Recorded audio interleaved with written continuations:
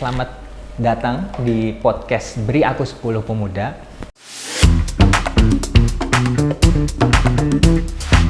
Hari ini kita punya tamu yang sangat istimewa. Ada Pak Guntur Soekarno Putra yang akrabnya dipanggil Mas Tok. Juga ada Sandria juga. Kita mau bicara, ngobrol santai aja, tidak terlalu serius tentang aktivitas sehari-hari Mas Tok dan Sandria. Juga kita mau bahas nih tentang kehidupan generasi muda saat ini gitu. Mungkin aku mulai dari Mas Tok dulu. Aktivitas sehari-hari yang katanya sekarang Mas Tok lagi aktif banyak berbincang dengan anak-anak muda. Gimana Mas Tok? Ya sebenarnya kalau berbincang sama anak muda sih dari dulu ya. Mas Tok kan banyak teman anak muda sampai sekarang. Ya tapi itu apa sih, ngalir aja gitu, nggak spesial. Wah ngumpulin anak muda ngobrol, ya ngalir aja, anak muda tanya, anak muda ngobrol aja. Kalau Mas Tok ngeliat sekarang, apa sih yang beda sama anak-anak sekarang tuh, anak-anak yang disebut Gen Z ya Mas Tok? Ada yang beda nggak atau sebetulnya dibandingkan ya era sebelumnya, mungkin di era Orde Baru atau di era Mas Tok dulu ketika masih muda? Ya mereka bagaimanapun juga kan mengikuti zaman. Kalau zamannya berubah, artinya mereka anak-anak muda juga berubah. Dulu di zamannya Mas Tok, anak muda mainnya main layangan, main apa itu sepak bola, main apa petak kaleng, ada petak lari, naik pohon, misalnya gitu. Tapi lebih ke sini kan main layangan aja udah berkurang. Sekarang layangan udah ada. Dulu kalau zaman musim layangan tuh, waktu masih di istana, waduh di udara tuh barangkali ada 30-40 layangan dengan dua tipe. Ada satu layangan adu, ada satu layangan hias. Nah ini ada kode etiknya nih. Jadi kalau layangan adu itu, kalau kita lihat ada layangan hias, tanda layangan hias itu biasanya dikasih buntut. Kita nggak boleh ganggu. Tapi kalau layangan adu sama layangan adu biasa kita ada sentuhnya, gelasannya. Sekarang boleh katakan semua itu udah hilang, ganti lagi, terutama mulai sangat hilang itu setelah ada HP. Anak-anak muda sekarang itu kan boleh katakan gila HP. Setiap hari lihat aja di mana-mana gitu, jangankan di rumah atau gimana, mereka naik motor boncengan dengan kartu lihat HP aja. Dan program-program di HP itu kalau menurut Mas Tok juga udah tidak mendukung perkembangan anak-anak muda sekarang. Karena programnya lebih banyak sekarang ini, Mas Tok lihat banyak dikuasai oleh program-program yang dibuat rencananya kurang lebih 23 tahun yang lalu oleh pemerintah Korea Selatan, sehingga sekarang sudah menghasilkan membuahkan hasil, yaitu timbulnya ada drakor, drama Korea itu yang terkenal, ceritanya yang bersambung itu kan yang pemainnya Yoon Bin. Oh ngikutin juga Mas? Ngikutin juga? Ya soalnya gimana ya, istri Mas Tok, Mbak Heni juga suka gitu, terbawa juga. Kalau Mas Tok sih enggak ya. Tapi itu juga lebih maju lagi karena mulai timbulnya adanya grup-grup yang disebut BTS. Itu apa itu? Sebetulnya dia itu kan yang menari secara rap aja, anak-anak muda itu ada 7 orang nggak salah. Sebenarnya kalau menurut Mas Tok tuh nggak ada keistimewaannya lah. Rapper-rapper kita juga bisa gitu.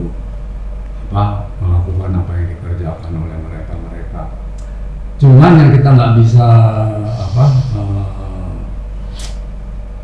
saingin atau kita buat belum bisa ya, karena masalahnya masalah dana ya.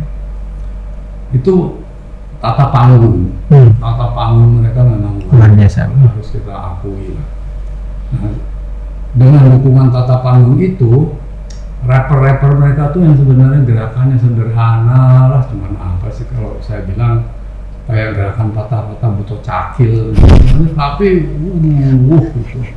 Pop and lock itu namanya. Ya nggak tahu namanya lah itu ada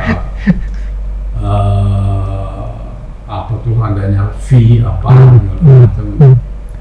Nah ini mempengaruhi apa mentalitas anak muda sekarang. Iya. Saya nggak tahu mana suka ngomongin BTS. Enggak.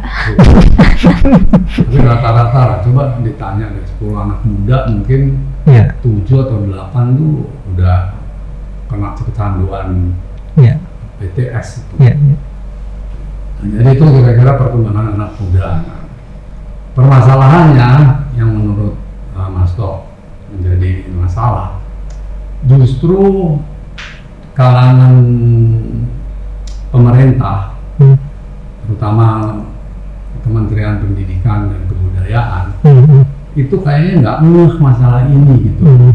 Nggak ada satu reaksi atau ada suatu komentar mengenai fenomena-fenomena ini, dan ini yang sebetulnya oleh kita-kita yang mengerti masalah perkembangan kejiwaan anak muda dan lain sebagainya yang mesti didorong nih, atau katakanlah dengan tanda kutip ditegur lah pemerintahnya gimana nih, kita didiemin aja.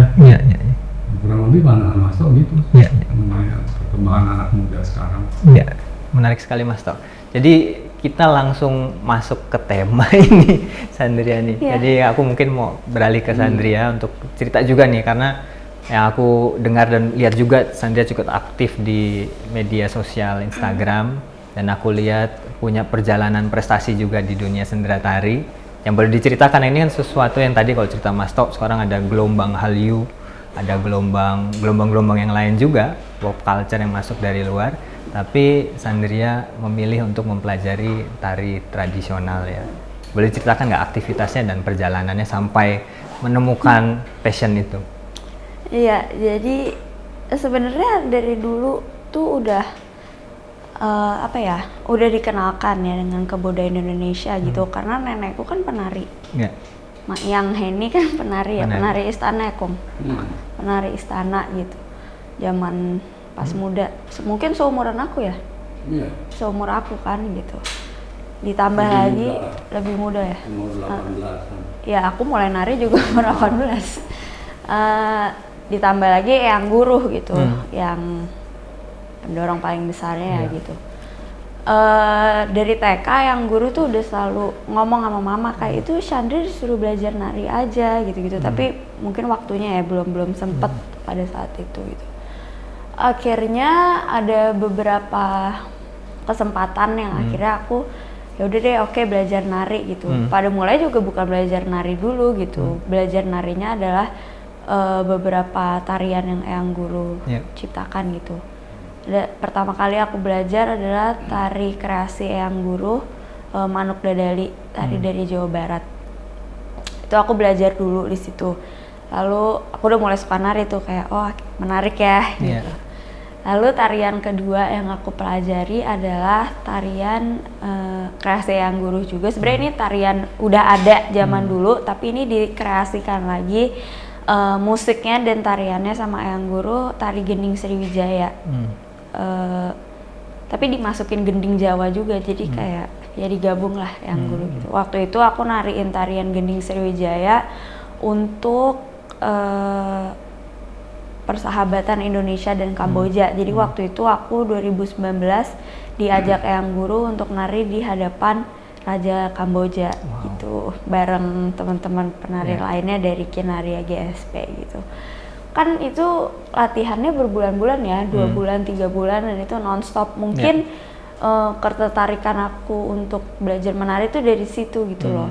akhirnya setelah semua itu udah selesai, aku ngobrol lah sama yang guru kayak Eyang, aku pengen nerusin nari, kira-kira tarian apa yang mesti aku pelajarin gitu. Pilihannya cuma 2, antara tari Bali atau tari Jawa.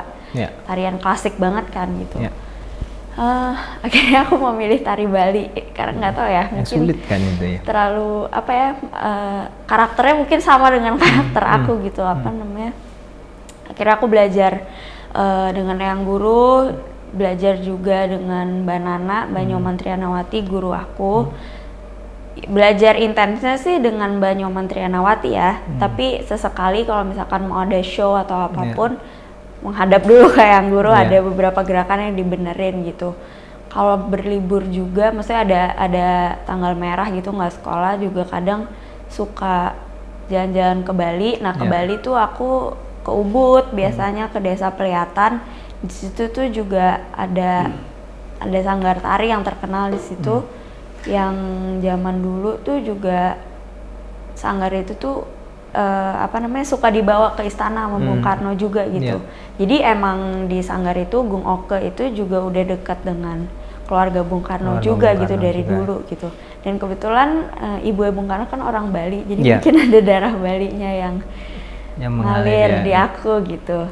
Nah yaudah dari situ aku belajar nari, terus aku berpikir lah kayak ini sayang banget kalau misalkan yang belajar nari aku juga, dan banyak banget teman-teman di Instagram tuh yang nge-DM aku kayak, Kak gimana sih caranya ikut belajar nari gitu-gitu. Terus aku mikir gimana ya, maksudnya sayang banget nih, banyak yang mau, itu tuh ada 10 orangan ya waktu itu yang nge-DM aku, intens itu loh nanya-nanyanya. Akhirnya aku ngobrol lah dengan temen aku di kalangan dunia tari juga, Mbak Wulan. Apa kita bikin sanggar gitu kan? Awalnya bermula dari apa situ. kita bikin sanggar gitu kan? Tapi kita bikin sanggar nggak ada modal, nggak ada apa, cuman nekat aja. Passionnya aja, kita mau gitu. buat nih, harus ada. Dan kita juga belum ada tempat pada saat itu kan. Habis itu ya udah kita mulai membuka sanggar. Dari 10 orang itu yang aktif sekarang 20, tapi udah ada yang mulai daftar lagi. Sekarang murid kita udah ada 40 sih. Jadi dari situ, jadi pergerakan aku nih sebenarnya ingin apa ya, mengembalikan kebudayaan Indonesia melalui kebudayaan Bali gitu, memperkenalkan anak-anak muda kebudayaan Indonesia gitu. Cuman salah satu caranya adalah dengan membuka sanggar ini gitu. Tapi ya mungkin ntar untuk kedepannya aku bakal membuat pergelaran yang seperti yang guru dulu buat gitu. Tapi kalau yang guru kan pukul rata Indonesia gitu. Kalau aku ya karena fokusnya di dunia Bali gitu, jadi ya Bali gitu. Atau mungkin ya ada merch juga, bekerja sama nanti. Bisa, tentu saja. Merch dan lain-lain gitu.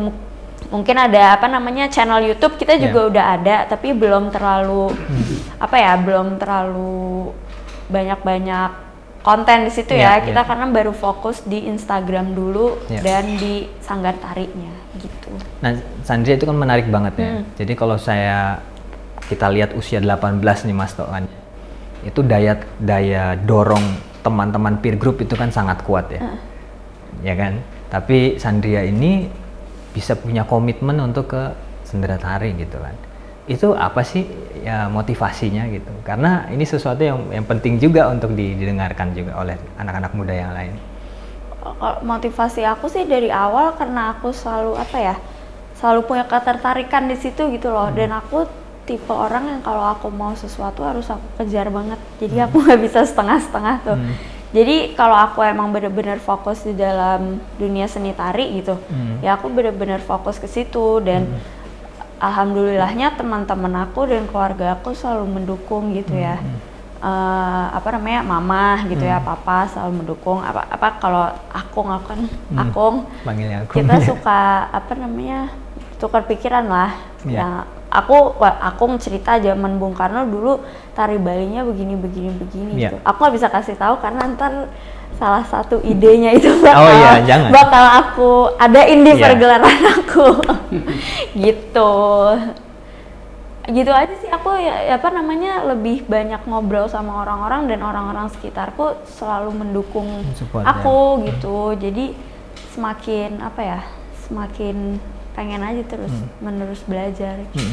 Mungkin melanjuti satu lagi ya dari tadi jawaban Sandria. Kebudayaan dan tradisi itu di anak muda seberapa penting sih sejauh yang Sandria sudah lakukan lewat perjalanan sendera tari?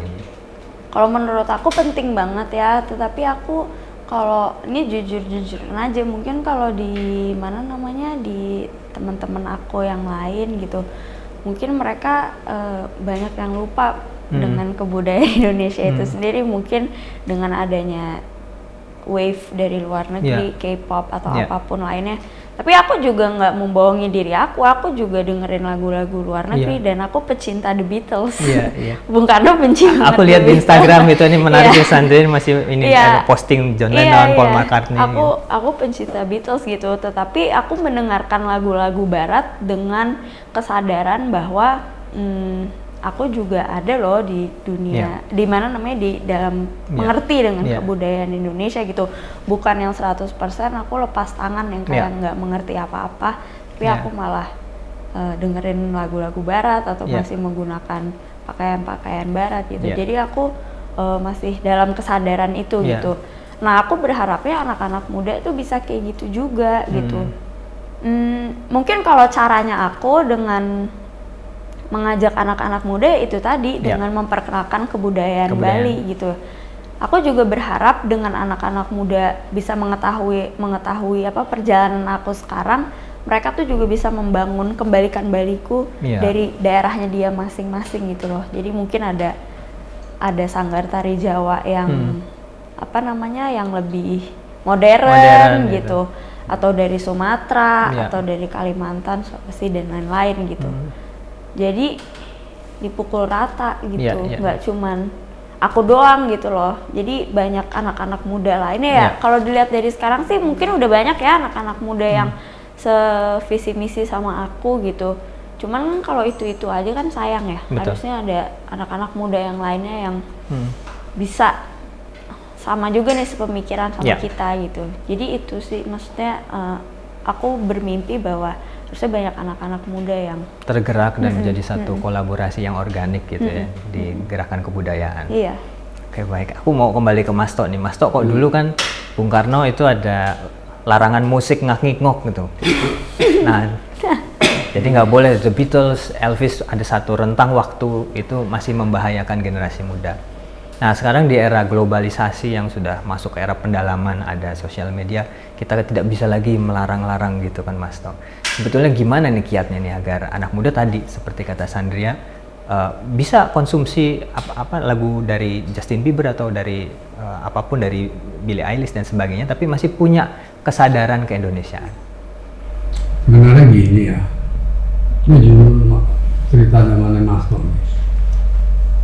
Mas Tok kan memang dari dulu kan fansnya Elvis. Ini kita juga bertentangan nih. Elvis dan Beatles. Gimana tuh? Boleh, ini kan masalah demokrasi. Mau fans The Beatles silakan, mau Elvis silakan. Nah, sebetulnya Bapak sendiri, Bung Karno sendiri, pernah kejadian begini. Mas lagi putar di kamar, piringan hitam Elvis Presley. Lagunya itu Can't Help Falling in Love. Ya, kebetulan Bapak masuk, Tok, kamu lagi apa? Lagi dengerin lagu nih Pak. Bapak ikut denger, bagus ini lagu. Bapak senang, lagunya bagus, terus liriknya juga bagus. Terus Bapak nanya, siapa penyanyinya? Terus terang kan, Elvis Presley. Langsung dengan nama Elvis Presley bangun keluar. Jadi sebenarnya ya, kalau menurut Mas Tok tuh yang penting tuh kita bisa balance ya, seperti Mas Tok gila sama Elvis, tapi bisa lain pihak oleh Bapak dan Ibu, Mas Tok tuh juga harus belajar kebudayaan nasional, kebudayaan tradisional. Jadi Mas Tok dulu juga belajar nari, Mas Ko dulu belajar tari Gatot Kaca, belajar tari Handoko Bugis. Bahkan untuk bisa memberikan pendidikan yang lebih bagus tari Gatot Kacanya, dulu ada maestro tari Gatot Kaca yang dari Sriwedari namanya Rusman. Itu 2-3 minggu sekali itu dipanggil ke istana supaya ngajarin Mas Ko tari Gatot Kaca. Nah, adik-adik yang lain juga semuanya belajar tari. Mega itu juga tari Jawa, Rahma dia tari Sunda, tari topeng. Itu juga dipanggilin guru semuanya ya. Piawai dari Sumedang. Terus Sukma itu juga belajar tari Jawa dan tari Bali ya tentunya. Nah, guru itu juga tari Jawa dia bisa, tari Bali dia juga bisa. Jadi balance itulah. Walaupun kita senang sama Elvis, tapi kita budaya tradisional itu nggak jalan. Nah, mestinya generasi muda sekarang itu mestinya kayak gitulah. Tapi ini besar yang tadi saya kembali katakan ke Faisal ini, mesti ada campur tangan pemerintah. Kalau pemerintahnya cuek aja ya jalan di tempat. Jadi mesti ada campur tangan pemerintah. Yang dalam hal ini Kementerian Pendidikan dan Kebudayaan. Nah itu gimana caranya nggak tahu ini siapa grupnya di Faisal apa? Youth Lab. Beri aku 10 pemuda. 10 pemuda bisa ngadep ke Nadiem bilang, Pak nih gimana kalau diemin aja begini kita jalan di tempat. Bikinlah seperti Korea Selatan program nanti buat 20-30 tahun ke depan mengenai musik Indonesia atau tari-tarian Indonesia supaya bisa dijual ke mancanegara gitu. Dan Mas sih optimis kalau itu memang ada mancanegara yang mau sih. Enggak. Nah, cuman ya Gesang aja sekarang Bengawan Solonya terkenal di luar negeri. Kenapa enggak? Nah, cuman ya itu ya pemerintah mesti turun tangan terutama di dalam masalah perencanaan dan pendanaan. Karena tanpa itu ngomong kosong. Korea Selatan dia keluarkan berapa juta atau mungkin triliun untuk bisa mendorong si BTS itu masuk Grammy Award, masuk bisa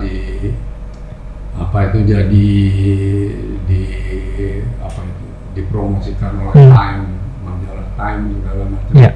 Cuma semua program jangka panjang. Nah, ini yang mesti diadakan oleh pemerintah sekarang. Bukan berarti kemudian pemerintah lupa sama serangan setan siluman COVID-19 atau IKN atau apa, enggak, tapi harus dibarengi itu. Oke, baik. Aku mungkin balik ke Sandria dulu nih. Kalau Mas Tok pasti perspektifnya kan ke pemerintah. Nah, kalau Sandria melihat ini solusinya betul nggak sih? Apa harus dari pemerintah atau sebetulnya dari generasi muda sendiri bisa ada sebuah pergerakan untuk bisa tadi kesadaran kebudayaan itu bisa hidup lagi? Keduanya ya mungkin. Aku setuju sama Akung ya, karena aku udah nyemplung di dunia seni kebudayaan ini gitu. Sejujurnya aku mau bikin show aja susah gitu loh. Mau bikin pergerakan susah, mau nyari donatur dari pemerintah susah. Kita juga nggak ada tempat yang memadai gitu loh. Jadi kita sebagai kita teman-teman seniman dan aku gitu, apalagi di era COVID-19 ini ya, untuk kita tuh susah banget gitu. Yang aku lihat di depan mataku juga ada teman-teman senimanku di Bali, sanggarnya tuh nggak bisa jalan gitu, karena benar-benar pendapatan mereka itu dari weekly show. Jadi setiap seminggu sekali tuh ada show di sanggarnya mereka gitu kan. Tapi sekarang nggak ada karena ditutup kan, dan kebanyakan juga yang nonton itu dari warga asing gitu. Nah ini juga nih, ini concernnya adalah kenapa juga warga Indonesia nggak mau nonton kebudayaannya sendiri, itu masih tanda tanya juga. Mungkin dilihatnya bosen kali, dan durasi waktu tarian, kalau tarian klasik kan lama-lama tuh bisa sejam sampai 2 jam gitu. Nah seharusnya ini para seniman-seniman juga mereka bisa mengadaptasi kebudayaan luar negeri, bukan berarti kita menghilangkan kebudayaan kita ya. Jadi di-combine antara kebudayaan modern sama kebudayaan fusion gitu ya. Iya, digabung. Gimana caranya biar anak muda ini bisa suka sama kebudayaan kita sendiri gitu. Mungkin dari segi lagunya gitu, di aransemen ulang, tarian-tariannya ya yang penting-penting aja, maksudnya bagian-bagian yang menariknya gitu, dan pakaiannya juga mungkin pakaiannya bisa dimodernisasiin gitu lah, pokoknya dibuat yang gimana sih biar anak-anak muda ini suka gitu, misalkan dari kain-kainnya gitu ya, kain-kainnya kita bisa kolaborasi sama desainer yang menurut desainer nih yang cukup bagus untuk anak muda nih gimana gitu kan. Oh kayak gini ya mungkin dibikin ulang, nggak apa namanya, nggak pakai yang ada dari zaman dulu gitu, karena itu kan mungkin dilihat anak muda jadinya bosan ya gitu. Karena aku ngobrol sama teman-teman aku sih biasanya kayak gitu, mereka suka kayak bosan Asyan kelamaan gini pakaiannya itu aja, musiknya gitu aja, kan sebenarnya sayang ya gitu. Tapi alhamdulillah kemarin aku bikin pergelaran kecil-kecilan aku itu banyak sih anak-anak muda, teman-teman aku yang suka gitu, karena ada beberapa tata panggungnya, misalkan backdropnya aku bikin agak yang bisa ngerti sama anak muda gitu, terus manggil teman penyanyi yang disukai sama anak muda gitu. Jadi sebenarnya bisa kita mix and match aja kok, gimana cara kita ngaturnya gitu. Aku pengen denger juga nih, kalau dari Sandria, anak muda, kalau Sandria kan dari keluarga yang memang punya kesadaran kebudayaan sangat tinggi gitu, literasi sangat tinggi. Kalau bagi anak muda yang terpapar berbagai misinformasi, lalu konten-konten yang kurang faedah juga, baby stepnya apa sih untuk bisa nemuin rasa cinta kepada kebudayaan Indonesia tuh?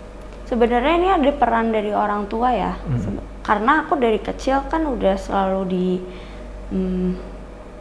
disuguhin gitu untuk kayak diperkenalkan diperkenalkan gitu, nggak cuma sama papa mama doang, tapi sama akong sama mayang juga, karena dari aku kecil aku kan apa namanya seminggu setiap weekend tuh harus nginep di rumah akong kan, jadi banyak yang kita obrolin gitu, maksudnya bedah buku, bapakku, kawanku, guruku itu zaman dulu sih pas masih kecil ya belum Beatles ya, tapi akung sih suka lebih cerita kehidupan akung dulu di istana gimana gitu kan, pokoknya banyak ya cerita-cerita kayak gitu. Nah mungkin dari anak-anak muda yang lainnya tuh itu harus ada dorongan dari orang tuanya sendiri gitu. Tapi aku juga nggak bisa nyalahin anak-anak muda kenapa mereka nggak bisa mencintai kebudayaan kita sendiri gitu loh.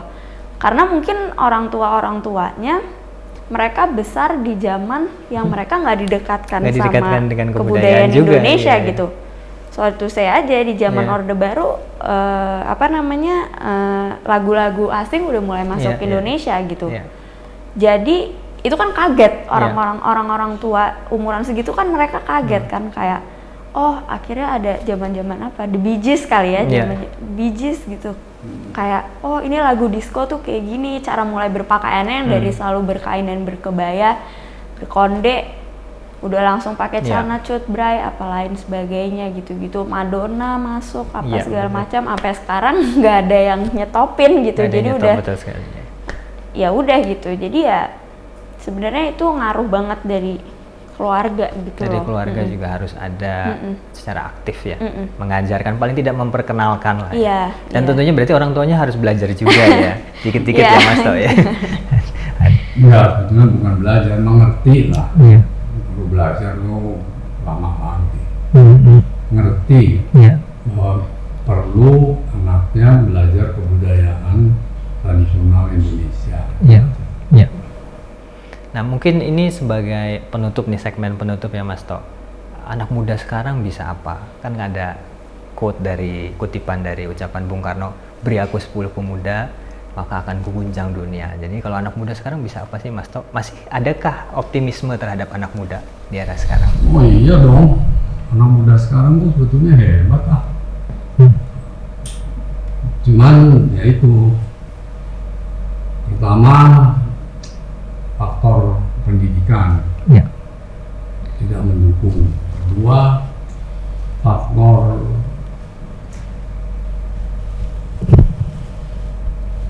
pembangkitan nation and character building tidak ada. Dua faktor ini yang sekarang hilang, ini mesti dikembalikan lagi. Dari situ pasti nanti generasi muda akan secara otomatis mengerti pentingnya kebudayaan nasional. Nah, seperti ini kan ada apa nih, berikan aku 10 pemuda revolusioner maka aku akan mengguncang dunia. Tapi kan itu sebetulnya ada sebelumnya itu kan ada nasihatnya Bung Karno itu kan dengan 1000 orang tua kita hanya bisa bermimpi, tapi dengan 10 pemuda revolusioner kita dapat mengguncang dunia. Nah, ini ya itu, kita harus kembali kepada yang sekarang tidak ada, itu harus diadakan lagi seperti dulu di eranya Masto ini. Waktu SR itu sampai lulus SMA ada pendidikan budi pekerti. Itu sekarang nggak ada. Kemudian ada indoktrinasi pendidikan nation and character building, pembinaan watak menjiwa bangsa, itu sekarang nggak ada. Nah dulu generasi muda bisa seperti generasinya di bawahnya Bung Karno lah. Itu karena mereka dan generasi saya itu karena kita mengalami itu, sehingga rasa patriotisme kita tuh timbul. Hero worship, pemujaan kita terhadap pahlawan timbul. Kalau sekarang nggak ada ya, anak muda ditanya, kamu tahu Pangeran Diponegoro? Tapi coba tanya, kamu tahu nggak siapa Jungkook apa siapa? Gue tahu tuh, itunya rapper topnya. Kayak Mas Tol tahu lebih banyak dari saya sebetulnya. K-pop. Aku juga loh nggak tahu. Ya makanya dia kurang lebih begitu. Baik, kalau dari Sandria, kalau menurut Sandria konteks sekarang tuh beri aku 10 pemuda maka aku akan guncang dunia, seperti apa ya kalau Sandria melihatnya? Karena kalau menurut aku ya, apa namanya yang Akong bilang benar gitu. Oh, nambahin aja. Apa namanya baik buruknya sebuah bangsa kan memang lihat dari anak-anak mudanya gitu. Jadi ya aku berharap aja nih anak-anak muda di Indonesia bisa memiliki visi dan misi seperti aku gitu. Maksudnya nggak harus di dalam dunia tari ya, maksudnya pahami aja gitu loh tentang Indonesia. Maksudnya jangan sampai lupa, boleh suka dengan kebudayaan luar boleh, tapi ya kita juga harus tetap kembali ke akar kita sendiri. Kalau aku gitu aja sih. Aku setuju sama statementnya aku. Dan itu kita harus bisa mencapai bukan hanya dengan 1000 orang tua, kita hanya bisa bermimpi dengan 10 pemuda revolusioner kita bisa mengguncang dunia. Tapi tahapnya kita udah mesti masuk, generasi muda itu harus sudah punya kesadaran patriotik yang begitu tinggi, kesadaran menghargai pahlawan yang begitu tinggi, sehingga kalau mereka ditanya, jumlah kamu pemuda-pemuda Indonesia ada berapa? Kami hanya 1. Itu. Tahap itu mesti dicapai. Ya, bahwa pemuda itu satu entitas, satu kesatuan. Baik, terima kasih Mas Tok, Sandria untuk waktunya dan semua kontribusi gagasan-gagasannya untuk beri aku 10 pemuda. Jadi kita akhiri sesi kali ini dengan tadi beberapa pesannya untuk para pemuda-pemudi di Indonesia. Nanti jumpa lagi di sesi podcast berikutnya untuk Beri Aku 10 Pemuda. Terima kasih ya. Terima kasih kembali.